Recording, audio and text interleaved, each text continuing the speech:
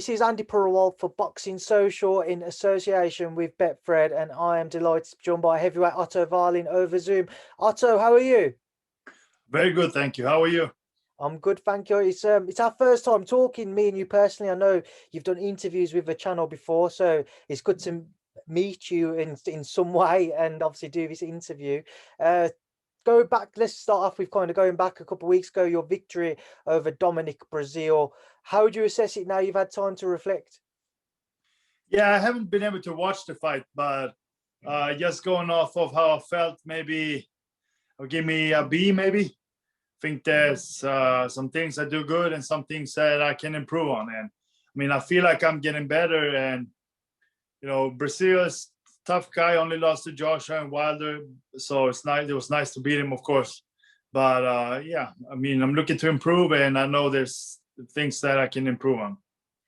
How good of a win would you say that is for your record? Because as you say, Dominic's only lost to Deontay and Anthony Joshua, and he was kind of starting to look to build himself back up again. So how good was it for you to get the name of Breazeale on your record? I think that was pretty good. I mean, he's probably the best name I have on my record now, so that's good. I mean, he was a win and a step in the right direction to move on. Otto, you gained a lot of credibility for your performance against Tyson Fury. You may not have been successful, but certainly people remember, your performance on the night. Now you've got this win with Dominic. How would you kind of assess the development and the growth of your career over these last couple of years? I think it's been I mean, remarkable that, I mean, as a fighter coming up, you can be good, but you need a big shot, to prove yourself. And finally, I got there with Fury, and I was able to put in a good performance. And I didn't win, but I did what I could, and it was better than what people expected. So I had that, and then after that fight, we got a few offers from different networks and stuff, and decided to go with Showtime. So then I've had 2 fights with them now, Travis Kaufman and Dominic Breazeale, and I mean, that Fury fight really changed everything for me. So. And now I feel like everything's moving the right direction. So I'm happy, of course. I don't really want to go back and kind of dwell on the Fury fight, but just on it, what was it like heading into a fight mentally where everybody just expected Tyson Fury to win comfortably and to look a class above you, not with no disrespect to you, but that was what everybody just expected. For you mentally, how did you find heading into a fight with those expectations? I felt like I have nothing to lose here. I have no pressure.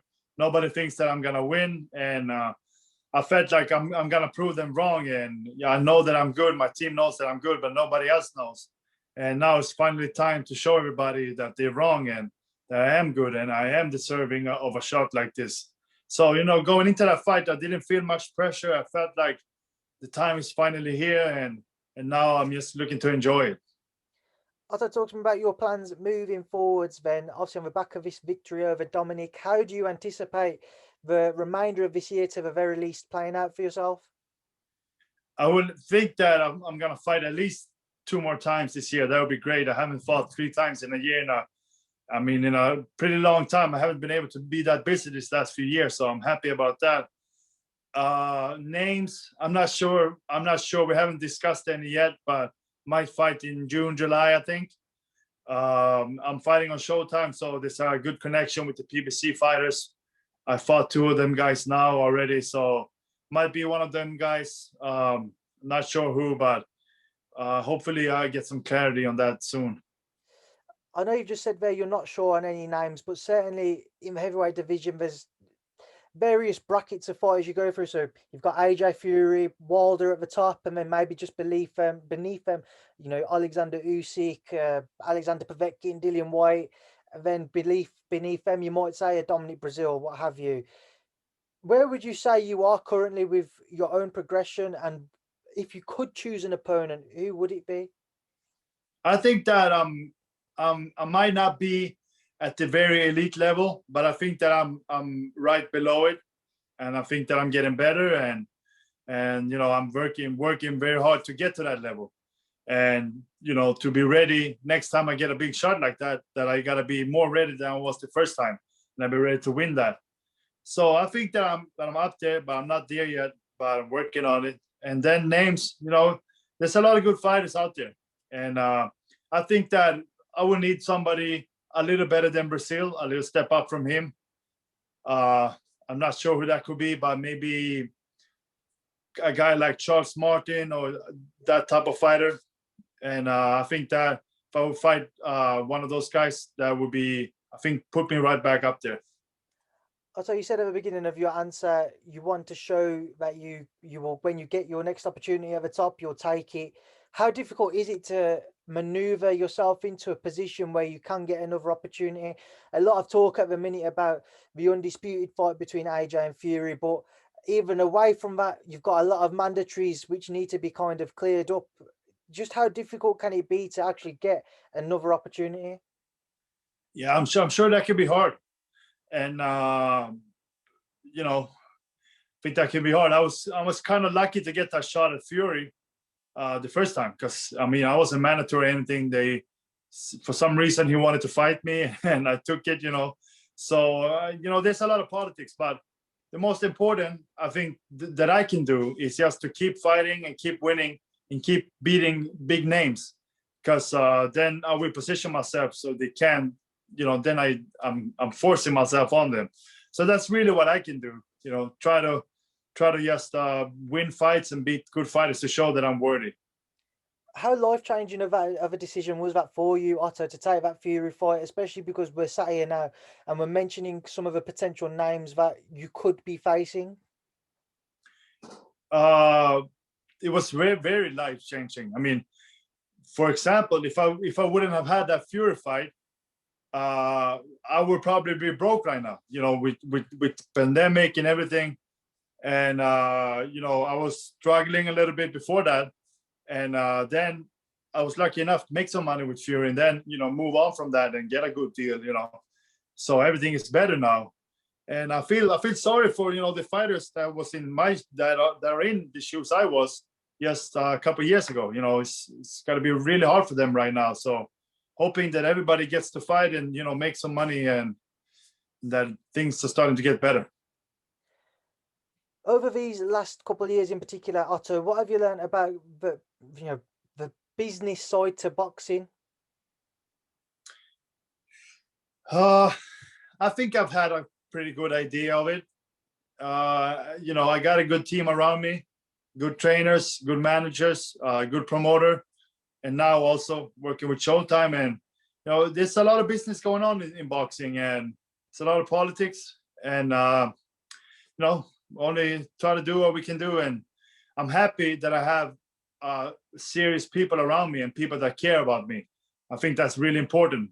I think I met my trainer Joey about 8 years ago over in Europe, and then we were training there, and now we moved back to New York, and he introduced me to the people that are now my managers, and they introduced me to my promoter Salida, and then Salida had a good connection with Showtime. So if everything feeds off of each other, but for me it all started with Joey Gamache, my trainer, and he has great contacts and everything, and so he's really been monumental for my career. Otto, whilst I've got you, I want to just ask you about a few fights in the heavyweight division, get your thoughts on them. Whyte Povetkin 2 is only around the corner now. How do you expect it to play out? And do you think from Dillian Whyte's standpoint, he will have some mental barriers to overcome when Alexander first lands a punch on him, with regards to him maybe thinking back to what happened in the first fight? Yeah, he's got to remember what happened, of course. And I'm sure he's thinking about it, but that would probably make him more aware. I think I can see him coming out there and trying to outbox him and kind of play it safe. That's how I see it. I think if he does that, he's gonna win, maybe a decision. He was winning the first fight, so I just think that, like I said, he's gonna probably come out box and try to play it safe, and I think he's gonna win. But Povetkin, he is dangerous. He showed it in the first fight, and he can do it again.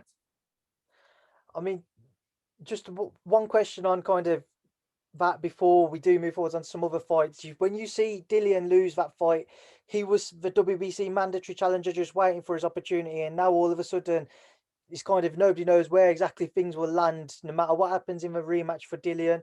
Does that just show you how quickly things can turn in boxing? It does, especially heavyweight boxing.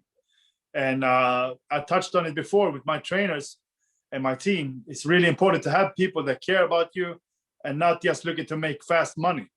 And I feel like I have that with Joey and my managers, that you know, they're looking out for me, and it's not just about fast money for them. They wanna see me grow and do well. So I think that's really important. And like you said, everything can change in a second in heavyweight boxing.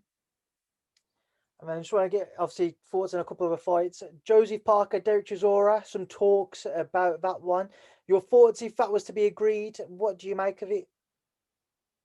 I haven't been able to watch Joseph Parker with Junior fight yet, but I think that could be a good fight. I know Parker probably has a speed advantage over Chisora, and I would think that he will try to outbox Chisora. I mean, Fury showed that it's possible. But Chisora, he looked pretty good with Usyk. I got to tell you, he put it out there, and you know, he did pretty good there, better than what I expected. So I think that could be a good fight, but I think that Joseph Parker probably gonna win a decision. No fights to touch on. Alexander Usyk and Joe Joyce. We're still kind of unsure on where things lie with that. But once again, how do you expect it to play out? Honestly, I've seen that fight that they had in the amateurs. That was a good fight, and I think that Joyce gave him a pretty good fight there. And honestly, if I had to bet on somebody in that fight, I would go with Joyce. I think that Joyce has been the bigger guy, very busy, over 12 rounds, and you know, Usyk is not going to be the biggest heavyweight. So I think that Usyk was a great cruiserweight, you know, no question about that. But I guess I think that he's a little too small, and Joyce very busy, strong, and big. I think that's going to be too much in the end. Probably Usyk's going to come out and not box for maybe 5 or 6 rounds. But then I feel like Joyce is going to come on. Now, Otto, a fight which I'm sure you probably expect everybody to ask you about now, as you're heavyweight. You've faced one of them in the ring, you've sparred the other, Anthony Joshua, Tyson Fury. Just going off your experiences, how do the two differ during sparring? And then obviously with Tyson in the fight. Can you say that again? How would you compare your sparring experiences with Anthony Joshua to your actual fight with Tyson Fury? Yeah, I mean, I think that both are really good fighters. They are the two top heavyweights in the world, and they've deserved it. And it would be great to see that fight. I think that Joshua is a great puncher. He's dangerous. He's not just a puncher. You know, he's got pretty good fast feet and fast hands also. With Fury, I think that he's bigger, awkward, and he's got a lot of tools. And he's got good momentum. He's been out of the ring for a while now, but you know, he's coming off a knockout win over Wilder. And I think that Fury, he trusts himself a lot. I think that he has good confidence. He knows what he's good at and where he's at. And so I think that's going to make the difference. I think Fury's the favorite just because that I feel like Joshua is good also, but it's just, I don't know, some mental issues. I'm not sure. I don't think that he trusts himself that much. So I just think that Fury being confident and know what he can do, I think that's going to make the difference.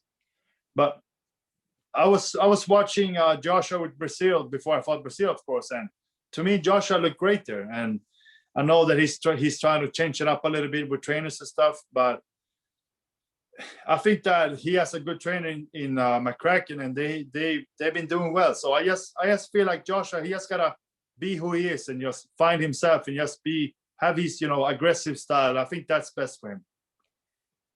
In Tyson's last fight with Deontay Wilder, when he stopped him in the 7th round, we saw him take an aggressive approach. He smothered Deontay from the beginning of the fight.